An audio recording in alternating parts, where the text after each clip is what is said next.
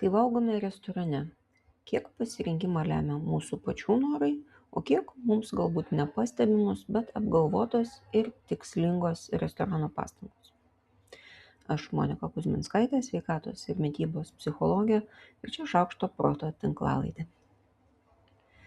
Pasirinkimai niekada nevyksta informacinėme vakuume ar tik mūsų galvose.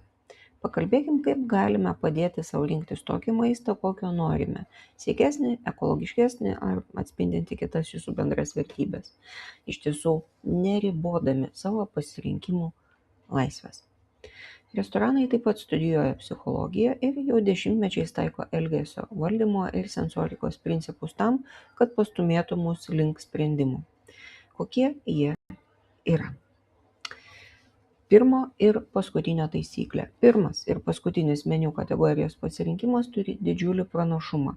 Jie pasirenkami dažniausiai. Ši taisyklė galioja ir daugelį kitų pasirinkimų iš sąrašo, bet to juos mes gerokai ilgiau ir tiksliau prisimename. Meniu atveju patiekalo perkelimas į pradžią ar pabaigą gali padidinti pasirinkimo tikimybę iki 5 kartų. Antras, standartinis pasirinkimas. Su bulvytėm ar su salotom. Iš anksto pasiūlyti pasirinkimai nereikalauja psichologinių pastangų, todėl yra gerokai patrauklesni. Pakeitus standartinį pasirinkimą, sau galite pasigaminti vieną iš galingiausių pagalbos sau priemonių. Taip kaip galvojat, aš visada valgau kažką. Trečia, vizualinis patrauklumas. Akių judesių stebėjimo tyrimai rodo, kad į 2 ar 3 dalis sulankstomame meniu dažniausiai visų pirma pasižiūrime į viršutinį dešinįjį kampą. Čia restoranai dažniausiai talpina savo pelningiausią arba savo įžymiausią patiekalą. Jie dažnai pažymimi formomis, spalvomis ar išskirtiniais šriftais tam, kad šis pasirinkimas laimėtų pirmą pasirinkimo vietą. Toliau, brangiausia kaina. Mes retai kada renkamės patį brangiausią patiekalą, nebent tai darome siekdami atkreipti savo ir kitų dėmesį į savo galimybės. Panašiai galime vengti paties pigiausio patiekalo, įsivaizduojamai gelbėdami savo reputaciją. Tačiau dažniausiai brangiausio patiekalo vaidmuo yra sukurti suvokiamą viršutinę kainų ribą ir pastumėti link antro pagal kainą patiekalo pasirinkimo, kuris pradeda atrodyti kaip labai geras kainos ir vertės santykis. Tada yra verbaliniai stimulai. Įsivaizduokit, lėtai skrudinti istoriniai Toskanos pomidorai. Neatrodo taip pat kaip skrudinti pomidorai. Detalus apibūdinimas iš esmės pakeičia patiekalo vertinimą. Tyrimai rodo, kad įspūdingi aprašymai gali kilstelti pardavimus iki 27%, o jos pasirinkę klientai maistą vertina kaip reikšmingai skanesnį ir geriau jaučiasi mokėdami už jį brangiau. Ar norit sužinoti, kokie šios srities naujausių mokslinių tyrimų rezultatai padeda internetu užsakomo maisto programėlių kūrėjams ir pagalba renkantis aplinkai draugiškesnį maistą?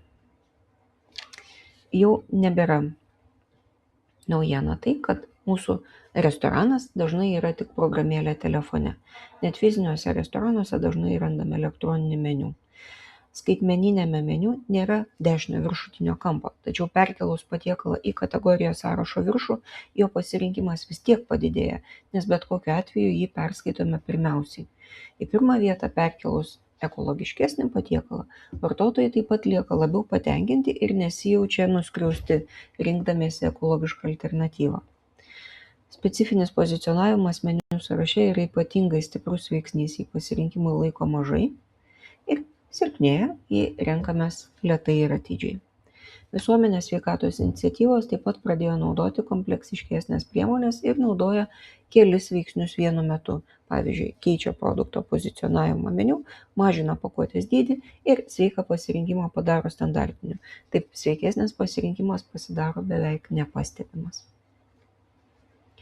O kaip jums skamba mintis, kad galit pasiimti į savo rankas tiek kontrolės, kiek jos norit turėti? Esu tikra, kad restoranai nuoširdžiai stengiasi, o ir mes renkamės restoranus pagal tai, kiek jie mums patinka. Bet pasirinkimo struktūros žinojimas padės stiprinti jūsų vidinės kontrolės jausmą ir mažinti nerimą dėl teisingo pasirinkimo. O tai niekada nėra bloga mintis. Pirma, pasitikrinkit, ką renkatės kaip visada. Tai nebūtinai geriausias pasirinkimas, bet jis lengviausias, todėl gali laimėti. Jei reikia, pradėkit rinktis kitą, kaip visada. Pradėkit naudoti tyčia daromą pauzę. Prieš nuspręsdami ar užsisakydami maistą programėlėje palaukit bent 2 minutės tam, kad lėtesnis ir kritiškesnis mąstymas gautų laiko apdoroti informaciją. Trečia, skaitydami meniu tyčia pradėkit nuo vidurio, taip geriau atspindėsit savo norus, o ne tai, ką restoranas bando pasiūlyti remdamasis savo paskatomis. Ketvirta, įsipareigokit savo iš anksto padarytam pasirinkimui. Rinktis gerokai sunkiau, kai esame alkani ir jau sėdime restorane. Jei turit galimybę, peržiūrėkit meniu internete iš anksto ir pasirinkit maistą tada, kai esat sotus ir ramus. Taip pasirinkimas restorane jau nebereikalaus pastangų ir bus labiausiai tikėtinas pasirinkimas.